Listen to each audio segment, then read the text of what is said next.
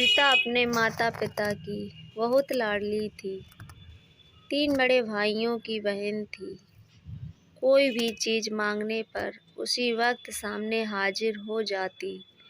पूरे घर में रुआब था उसका।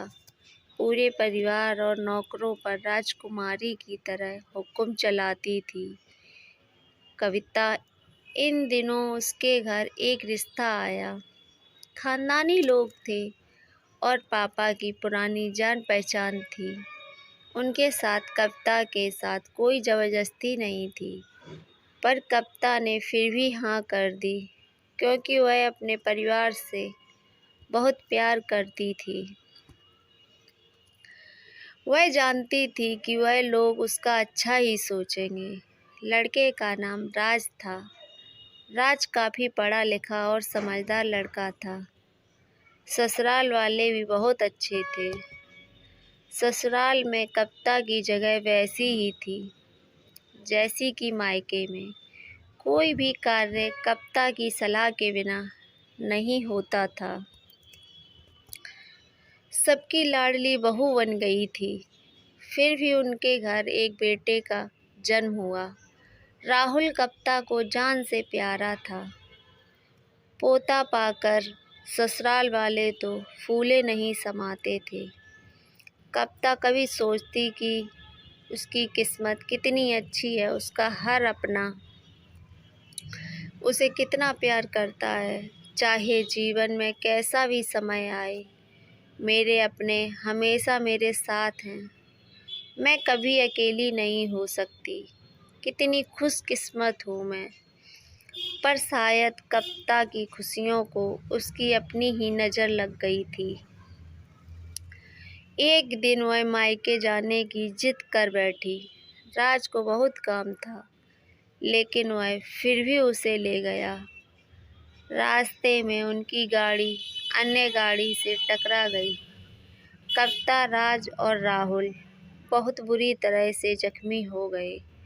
काफ़ी दिनों के बाद, इलाज के बाद राज और राहुल तो ठीक हो गए, लेकिन कविता पूरी तरह ठीक ना हो सकी।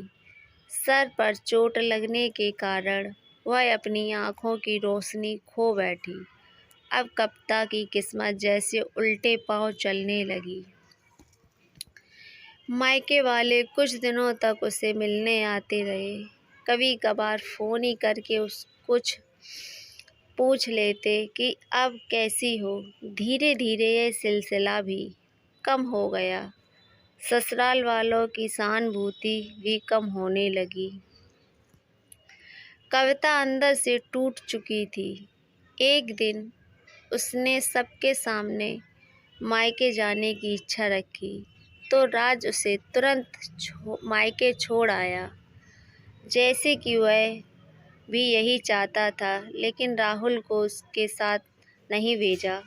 कविता कभी राहुल से दूर नहीं रही थी, पर अपनी कमी के कारण उसने ज़्यादा बहस नहीं की।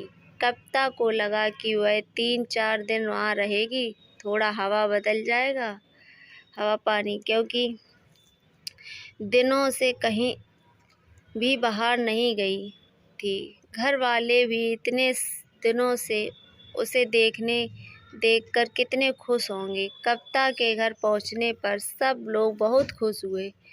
खाने में सब कुछ कविता की पसंद का ही बना था। उसने अपने मम्मी पापा और भाई भाभीियों से दिल खोल कर बातें की। उनके छोटे छोटे बच्चे भी बुआ के साथ घुल मिल गए थे। रात को सोने के वक्त जब वह कपड़े बदलने लगी, तो उसे पता चला कि उसका बैग तो पूरा भरा हुआ है। वह सब समझ गई। वह बहुत उदास हो गई। कुछ दिनों तक तो सब ठीक रहा, फिर जैसे सब बदलने लगा, सबका व्यवहार बदल रहा था। वह लोग जैसे थक चुके थे उससे। सब लोग घुमा फिरा कर पूछने लगे कि राज कब आ रहा है उसे ले जाने।